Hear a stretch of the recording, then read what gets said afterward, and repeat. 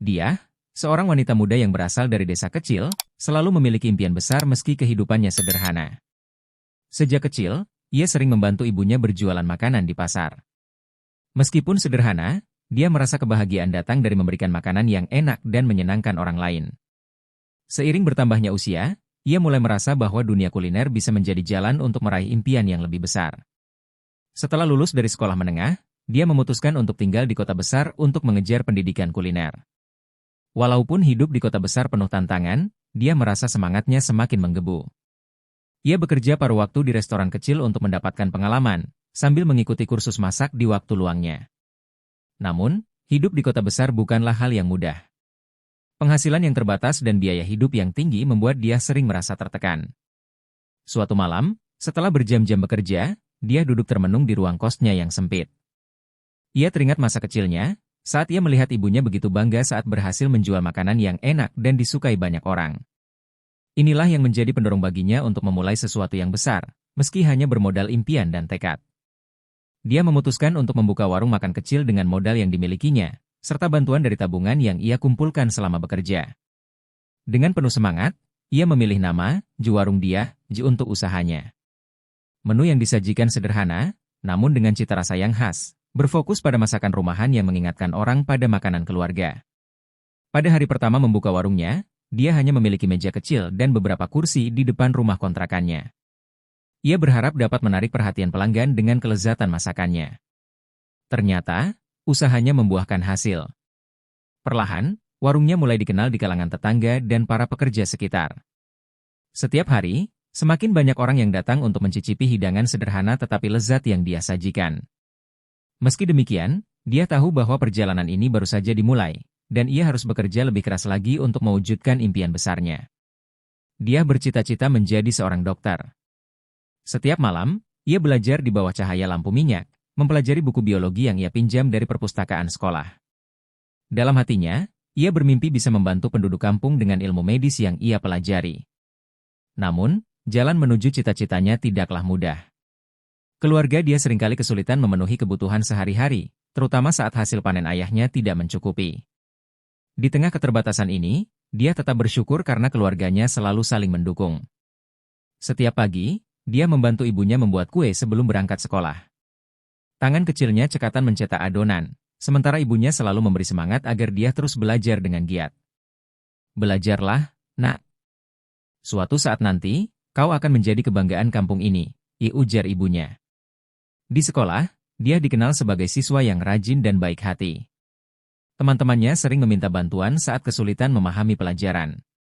Meski sering diolok karena sepedanya yang tua, dia tidak pernah merasa rendah diri. Ia tahu bahwa pendidikan adalah kunci untuk mengubah hidupnya. Hidup sederhana membuat dia tumbuh menjadi pribadi yang tangguh dan penuh semangat. Ia percaya, setiap kayuhan pedal sepedanya adalah langkah menuju mimpi-mimpinya. Langit senja yang ia saksikan setiap pulang sekolah menjadi saksi dari doa-doa dan harapan yang ia panjatkan. Di sekolah, dia memiliki seorang sahabat bernama Bayu, teman sekelasnya yang selalu membantunya belajar. Bayu adalah anak yang ramah dan humoris, selalu bisa membuat dia tersenyum di tengah tekanan belajar. Persahabatan mereka menjadi semakin erat ketika mereka mulai sering belajar bersama di rumah Bayu. Orang tua Bayu yang bekerja sebagai buruh di perkebunan sering meninggalkan rumah sepi, sehingga dia merasa nyaman belajar di sana. Namun, seiring waktu, perasaan Bayu terhadap dia berubah. Ia tidak hanya menganggap dia sebagai sahabat, tetapi juga seseorang yang spesial. Hal ini membuat hubungan mereka menjadi lebih dekat dari sekadar teman. Bayu sering berbagi mimpi dengan dia. Ia ingin menjadi insinyur agar bisa membangun infrastruktur di kampungnya yang sering dilanda banjir. Mereka saling mendukung dalam mengejar cita-cita, berjanji untuk membantu satu sama lain di masa depan.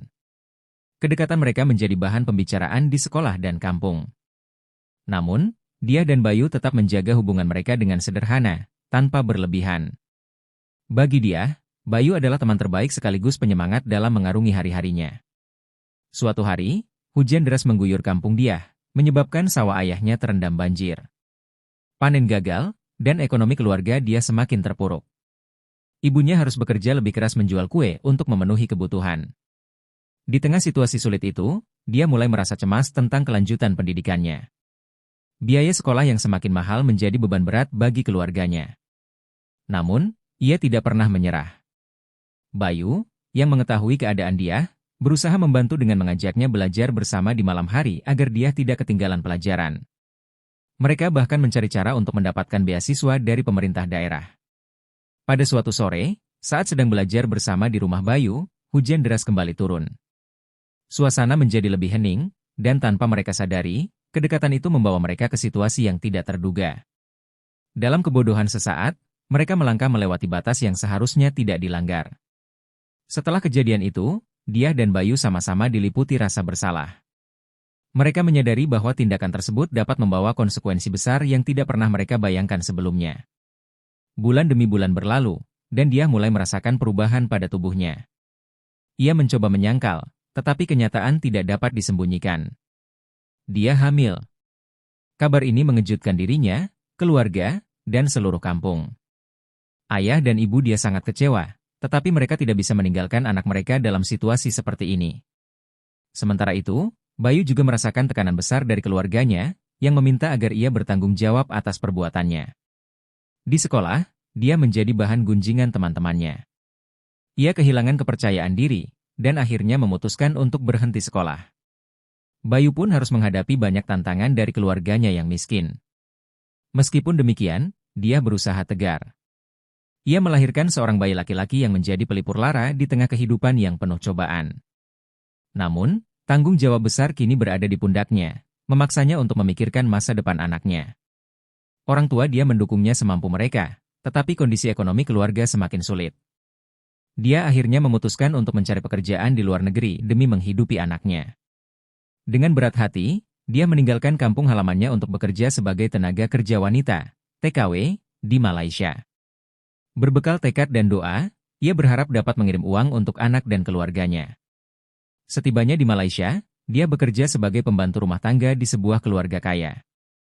Majikannya adalah pasangan suami istri yang memiliki 2 anak. Pekerjaan dia tidaklah mudah, ia harus bangun sebelum matahari terbit dan tidur larut malam. Di tengah kerasnya hidup, dia sering merindukan anaknya. Foto anaknya yang ia bawa menjadi sumber kekuatan. Ia menabung sebagian besar gajinya untuk dikirimkan ke kampung, meskipun kebutuhan pribadinya kadang terabaikan. Namun, kehidupan di negeri orang tidak selalu berjalan lancar. Majikan perempuan dia kerap bersikap kasar, sementara suaminya justru bersikap ramah, bahkan terkadang terlalu perhatian. Situasi ini membuat dia merasa canggung. Meski sering merasa lelah dan tertekan, dia berusaha untuk tidak menyerah. Ia yakin bahwa semua perjuangannya ini akan memberikan kehidupan yang lebih baik bagi anaknya. Suatu hari, majikan laki-laki dia, Tuan Razak, mulai menunjukkan perhatian yang lebih dari sekadar atasan kepada bawahannya. Ia sering mengajak dia berbicara panjang lebar, bahkan memberikan hadiah kecil sebagai bentuk penghargaan atas kerja kerasnya. Dia merasa bingung dengan perhatian ini. Ia takut menolak karena tidak ingin kehilangan pekerjaannya, tetapi ia juga tahu bahwa situasi ini bisa berbahaya. Hatinya penuh dilema, apalagi mengingat anaknya yang membutuhkan dukungannya. Pada suatu malam, ketika majikan perempuan pergi keluar kota, Tuan Razak mencoba mendekati dia dengan lebih terang-terangan. Dia dengan tegas menolaknya, meski ancaman kehilangan pekerjaan menghantui pikirannya. Keberanian dia untuk menolak godaan tersebut membuat Tuan Razak marah. Ia mulai bersikap dingin kepada dia, bahkan mempersulit pekerjaannya. Dia merasa tertekan, tetapi ia tetap bersyukur karena tidak melanggar prinsip hidupnya. Di tengah semua itu, dia menemukan teman baru, seorang TKW asal Indonesia bernama Siti, yang bekerja di rumah sebelah. Persahabatan mereka menjadi pelipur lara di tengah kesepian yang ia rasakan. Suatu hari, dia mendapat kabar dari kampung bahwa anaknya jatuh sakit. Hati dia hancur mendengar berita ini, tetapi ia tidak bisa segera pulang karena kontrak kerjanya belum selesai. Dia mencoba menghubungi keluarga di kampung untuk memastikan keadaan anaknya. Namun, komunikasi yang terbatas membuatnya semakin cemas. Setiap malam, ia menangis dalam doa, berharap Tuhan memberikan kesembuhan untuk anaknya. Di sisi lain, tekanan dari majikan semakin besar. Dia sering dipaksa bekerja hingga larut malam tanpa istirahat yang cukup. Tubuhnya mulai lemah, tetapi ia tidak ingin menyerah. Siti, sahabatnya, mencoba membantu dengan memberikan dukungan moral. Mereka saling berbagi cerita dan saling menguatkan. Persahabatan ini menjadi cahaya kecil di tengah gelapnya kehidupan dia. Di tengah kesulitan, dia tetap berusaha menyisihkan uang untuk dikirimkan ke kampung. Baginya, Kebahagiaan anaknya adalah alasan utama untuk tetap bertahan di negeri orang. Setelah beberapa bulan berlalu, dia akhirnya mendengar kabar baik bahwa anaknya mulai membaik. Keluarga di kampung berterima kasih atas uang yang dia kirimkan, yang telah membantu membiayai pengobatan anaknya. Kabar ini memberikan kekuatan baru bagi dia untuk melanjutkan pekerjaannya. Ia mulai merencanakan masa depannya, termasuk bagaimana ia bisa kembali ke kampung setelah kontraknya selesai. Siti, yang mendengar cerita dia, memberikan ide agar mereka membuka usaha kecil bersama di Indonesia setelah pulang. Dia menyukai gagasan itu dan mulai menabung lebih giat untuk mewujudkannya. Namun, masalah baru muncul ketika majikan perempuan dia menyadari perubahan sikap suaminya terhadap dia. Ia mulai mencurigai dia, bahkan menuduhnya sebagai penyebab keretakan rumah tangga mereka. Dia mencoba menjelaskan, tetapi majikan perempuannya tidak percaya. Ia diancam akan dipulangkan tanpa gaji. Dalam situasi ini, dia merasa bingung dan tidak tahu harus berbuat apa. Merasa diperlakukan tidak adil, dia memutuskan untuk mencari bantuan. Ia menghubungi agen tenaga kerja yang memberangkatkannya ke Malaysia, berharap mereka bisa memberikan solusi. Namun, agen tersebut tidak memberikan bantuan yang memadai. Dia merasa semakin terpojok, tetapi ia tidak menyerah. Dengan bantuan Siti, ia menemukan seorang pengacara lokal yang sering membantu TKW yang mengalami masalah hukum. Pengacara tersebut membantu dia menyelesaikan masalahnya dengan majikan. Setelah melalui beberapa mediasi, majikan dia akhirnya setuju untuk memberikan hak-haknya, termasuk gaji yang belum dibayarkan. Dia merasa lega, meskipun harus meninggalkan pekerjaan itu lebih cepat dari yang direncanakan. Dengan tabungan yang ia miliki, dia memutuskan untuk kembali ke Indonesia dan memulai hidup baru bersama anaknya. Kepulangan dia ke kampung disambut haru oleh keluarganya. Ia bersyukur bisa kembali ke pelukan anaknya, meskipun perjuangannya masih jauh dari selesai. Dia kembali ke kampung halaman dengan rasa haru yang mendalam. Anak dan ibunya menyambutnya dengan tangis bahagia. Meskipun tubuhnya tampak lebih kurus dan lelah, dia membawa semangat baru untuk memulai hidup yang lebih baik. Namun, pulang ke kampung bukan berarti tantangan berakhir. Beberapa tetangga memandangnya dengan cibiran, menuduhnya pulang karena gagal bekerja di luar negeri. Dia hanya tersenyum pahit dan memilih untuk tidak terpengaruh. Dengan tabungan yang tersisa, dia mulai merencanakan usaha kecil. Ia berbicara dengan Siti, yang juga telah kembali ke Indonesia, dan mereka sepakat untuk memulai usaha bersama. Mereka ingin membuka warung makan sederhana, karena dia pandai memasak dan Siti memiliki pengalaman mengelola keuangan. Dia dan Siti memulai usaha mereka dengan segala keterbatasan. Mereka menyewa sebuah kios kecil di pinggir jalan dan membeli perlengkapan dapur seadanya. Dengan modal yang tidak terlalu besar, mereka memutuskan untuk menjual makanan rumahan seperti nasi uduk, gorengan, dan aneka lauk sederhana. Hari-hari pertama usaha mereka penuh tantangan. Pelanggan belum banyak, dan seringkali mereka harus membawa pulang makanan yang tidak terjual. Namun, dia dan Siti tidak menyerah. Mereka terus mencari cara untuk menarik lebih banyak pelanggan, termasuk memberikan pelayanan yang ramah dan menjaga kualitas makanan. Lambat laun, warung mereka mulai dikenal. Pelanggan mulai berdatangan, dan mereka menerima banyak pujian atas kelezatan masakan dia. Usaha mereka pun mulai menunjukkan hasil. Meskipun usahanya berkembang, dia masih harus menghadapi stigma masyarakat. Beberapa orang terus memandang rendah dirinya karena statusnya sebagai mantan TKW. Ada yang menganggapnya tidak memiliki masa depan, bahkan menyebarkan gosip tentang kehidupan pribadinya di Malaysia. Dia merasa sakit hati, tetapi ia tidak membiarkan hal itu menghancurkan semangatnya. Ia fokus pada pekerjaannya dan keluarga kecilnya. Siti juga menjadi pendukung setianya, selalu menguatkan ketika dia merasa terpuruk. Kabar tentang kesuksesan kecil dia mulai menarik perhatian. Orang-orang yang dulu meremehkannya kini mulai menghormatinya. Mereka melihat bagaimana dia mampu bangkit dari keterpurukan dan membangun usaha yang bermanfaat bagi keluarganya.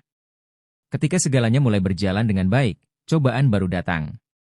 Pasar tempat dia dan Siti membuka warung mengalami kebakaran hebat. Kios mereka habis terbakar, bersama semua perlengkapan dan barang dagangan mereka. Dia merasa hancur. Semua yang telah ia bangun selama ini lenyap dalam sekejap. Ia bahkan tidak memiliki cukup uang untuk memulai kembali. Namun, Siti tidak membiarkan dia terpuruk terlalu lama. Ia mengajak dia untuk bangkit lagi. Mereka meminta bantuan dari keluarga dan teman-teman terdekat untuk memulai kembali usaha mereka. Dengan bantuan tersebut, dia dan Siti memutuskan untuk membuka warung baru di lokasi yang berbeda. Meskipun harus memulai dari nol lagi, Mereka percaya bahwa kerja keras mereka akan kembali membuahkan hasil. Warung baru Diah dan Siti ternyata mendapat respons yang luar biasa dari pelanggan. Mereka memperluas menu makanan, menambahkan masakan khas daerah mereka yang jarang ditemukan di tempat lain. Pelanggan pun semakin ramai, bahkan datang dari desa-desa sekitar. Kesuksesan warung ini membawa perubahan besar dalam hidup Diah. Ia mampu menyekolahkan anaknya ke jenjang yang lebih tinggi dan memperbaiki kondisi rumah mereka yang dulu reot. Dia juga mulai dikenal sebagai inspirasi di desanya. Banyak orang datang untuk belajar darinya tentang cara memulai usaha kecil. Ia tidak segan membagikan pengalaman dan ilmunya, karena ia tahu betapa sulitnya membangun sesuatu dari nol. Dalam hatinya, dia merasa bersyukur. Semua perjuangan dan pengorbanannya, termasuk saat ia bekerja keras di negeri orang, kini membuahkan hasil. Ia percaya bahwa semua cobaan yang ia hadapi adalah bagian dari rencana Tuhan untuk membentuk dirinya menjadi pribadi yang lebih kuat. Kesuksesan Diah dan Siti membuka peluang baru yang tak pernah mereka bayangkan sebelumnya. Suatu hari, pemerintah daerah mengadakan acara penghargaan bagi pelaku usaha kecil yang inspiratif. Tanpa disangka, nama Diah dan Siti masuk dalam daftar penerima penghargaan. Mereka diundang untuk hadir di acara tersebut. Dengan penuh rasa haru, dia menerima penghargaan itu sambil mengenang perjuangannya yang penuh air mata. Dalam pidato singkatnya, dia berkata, "Saya berdiri di sini bukan karena keberuntungan, tetapi karena kerja keras, doa, dan dukungan dari orang-orang terdekat. Jangan pernah menyerah, meskipun hidup terasa sulit." Pidato itu mendapat tepuk tangan meriah. Banyak yang terinspirasi oleh kisah dia, terutama para perempuan di desanya. Setelah menerima penghargaan, dia mulai aktif sebagai mentor bagi perempuan-perempuan lain di desa yang ingin memulai usaha kecil. Ia sering diundang untuk berbicara di acara-acara komunitas, berbagi pengalamannya tentang cara bangkit dari keterpurukan dan memanfaatkan peluang kecil untuk mencapai kesuksesan. Salah satu inisiatif yang ia jalankan adalah mengadakan pelatihan memasak gratis di warungnya. Para ibu rumah tangga yang mengikuti pelatihan ini merasa sangat terbantu, karena mereka tidak hanya belajar keterampilan memasak, tetapi juga cara mengelola usaha dengan baik. Usaha dia tidak hanya memberi dampak pada keluarganya, tetapi juga komunitasnya. Warungnya menjadi tempat belajar sekaligus berkumpul bagi perempuan-perempuan yang ingin memperbaiki taraf hidup mereka. Suatu hari, saat sedang melayani pelanggan di warungnya, dia dikejutkan oleh kedatangan seorang pria yang tampak asing. Pria itu memperkenalkan dirinya sebagai Fahri, seorang jurnalis yang mendengar tentang kisah dia melalui sebuah artikel. Ia ingin membuat liputan khusus tentang perjuangan dia untuk ditayangkan di sebuah program televisi nasional. Awalnya, dia ragu. Ia tidak terbiasa menjadi sorotan. Namun, Siti meyakinkannya bahwa ini adalah kesempatan untuk menyebarkan inspirasi kepada lebih banyak orang. Akhirnya, dia setuju. Liputan itu menjadi viral. Banyak orang yang terharu mendengar kisahnya, terutama bagaimana ia berhasil bangkit dari keterpurukan sebagai mantan TKW hingga menjadi pengusaha sukses. Banyak pesan dukungan dan ucapan terima kasih yang ia terima dari orang-orang di berbagai daerah.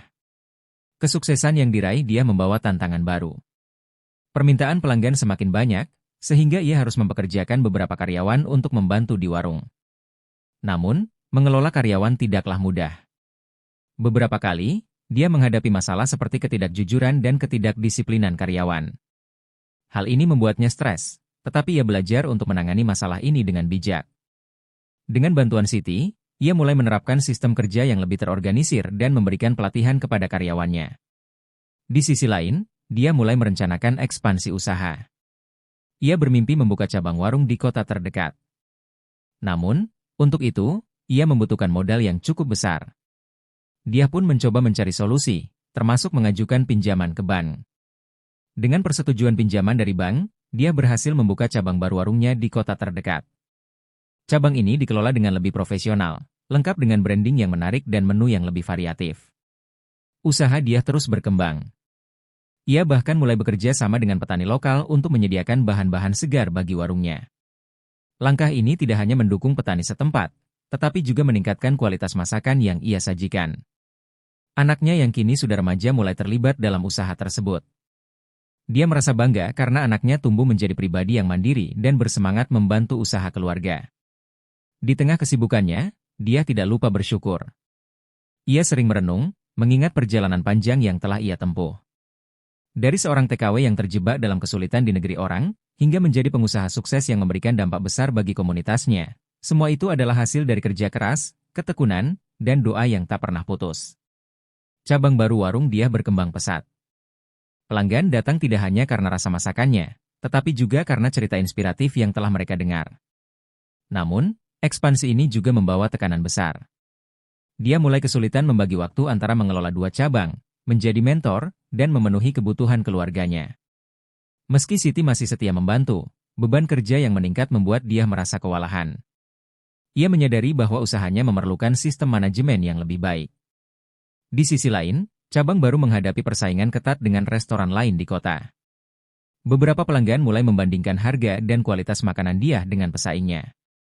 Hal ini membuat dia mulai memikirkan strategi untuk meningkatkan daya tarik warungnya tanpa mengorbankan kualitas. Dia sadar bahwa ia tidak bisa mengelola semuanya sendirian. Ia mulai merekrut manajer untuk membantu mengelola cabang baru. Proses ini tidak mudah, karena dia harus menemukan orang yang dapat dipercaya dan memahami visi usahanya. Setelah melalui beberapa wawancara, ia akhirnya merekrut Nanda, seorang lulusan manajemen bisnis yang memiliki pengalaman bekerja di restoran besar. Nanda membawa banyak ide segar, seperti sistem reservasi online dan program diskon untuk pelanggan setia. Di cabang utama, dia memberikan pelatihan tambahan kepada karyawannya agar mereka lebih terampil dan percaya diri dalam melayani pelanggan. Langkah ini perlahan mulai memperbaiki manajemen warung dan mengurangi beban kerja dia.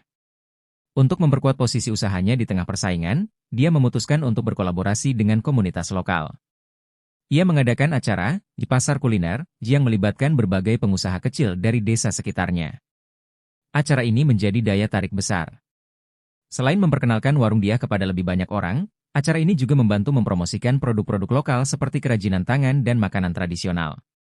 Dia merasa bangga karena usahanya tidak hanya menguntungkan dirinya sendiri, tetapi juga mendukung ekonomi komunitasnya. Kolaborasi ini membawa dampak positif yang luar biasa. Banyak pelanggan baru yang datang ke cabang dia setelah menghadiri acara tersebut. Warungnya menjadi lebih dikenal sebagai tempat yang tidak hanya menyajikan makanan enak, tetapi juga mendukung keberlanjutan komunitas. Meski warungnya semakin ramai, dia menghadapi tantangan finansial yang cukup berat.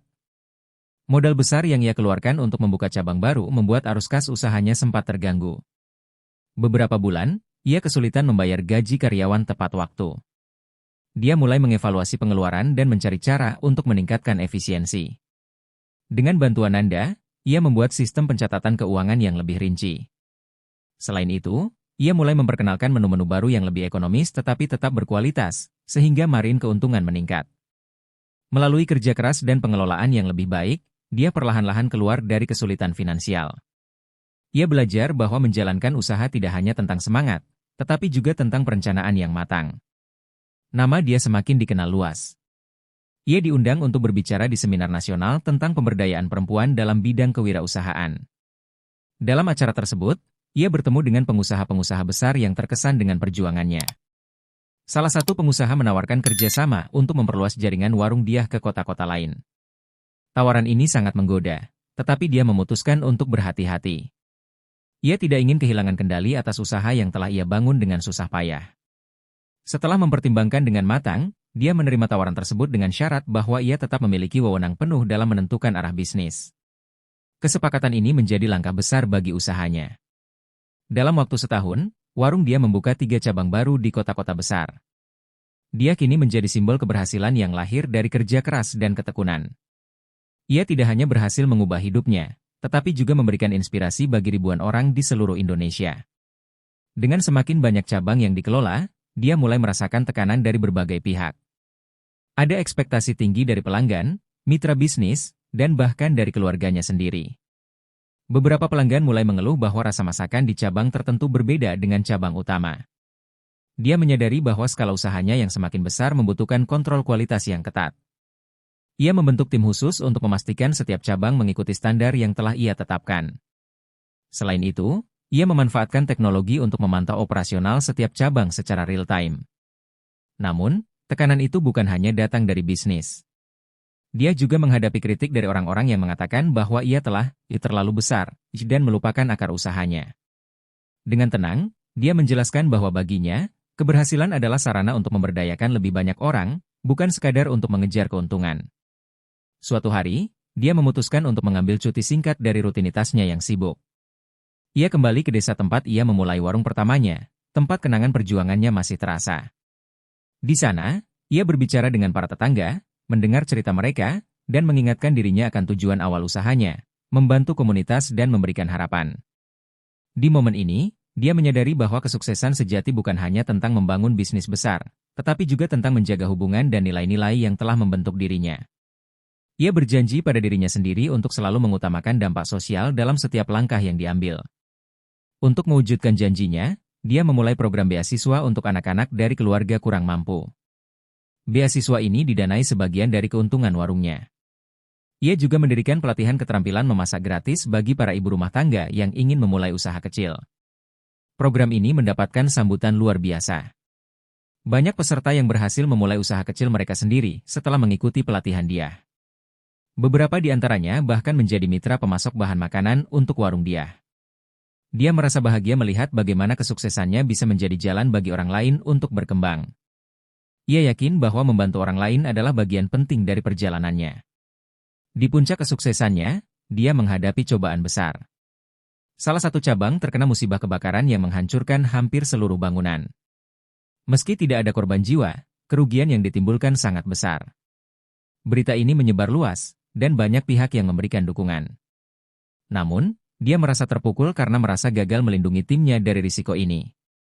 Ia memutuskan untuk mengambil langkah serius dalam meningkatkan keamanan di semua cabang. Melalui musibah ini, dia belajar bahwa setiap tantangan adalah kesempatan untuk tumbuh. Ia tidak menyerah, melainkan bekerja lebih keras untuk memastikan bahwa kejadian serupa tidak terulang. 5 tahun setelah membuka cabang pertamanya, dia telah menjadi tokoh inspiratif nasional. Warungnya berkembang pesat dengan lebih dari 10 cabang di berbagai kota, tetapi yang lebih penting, ia telah menginspirasi ribuan orang untuk bermimpi besar dan bekerja keras. Di akhir cerita, dia kembali ke dapur kecil di rumahnya, tempat ia pertama kali memasak untuk keluarganya. Dengan senyum di wajahnya, ia menyadari bahwa semua yang ia capai berawal dari mimpi sederhana dan semangat untuk tidak menyerah. Dia menyadari bahwa warisan sejatinya bukanlah warung-warung besar yang ia bangun, tetapi harapan yang ia tanamkan di hati orang-orang yang mengenalnya. Ia berjanji untuk terus berkontribusi, tak peduli seberapa besar atau kecil usahanya, selama ia bisa membuat dunia menjadi tempat yang lebih baik.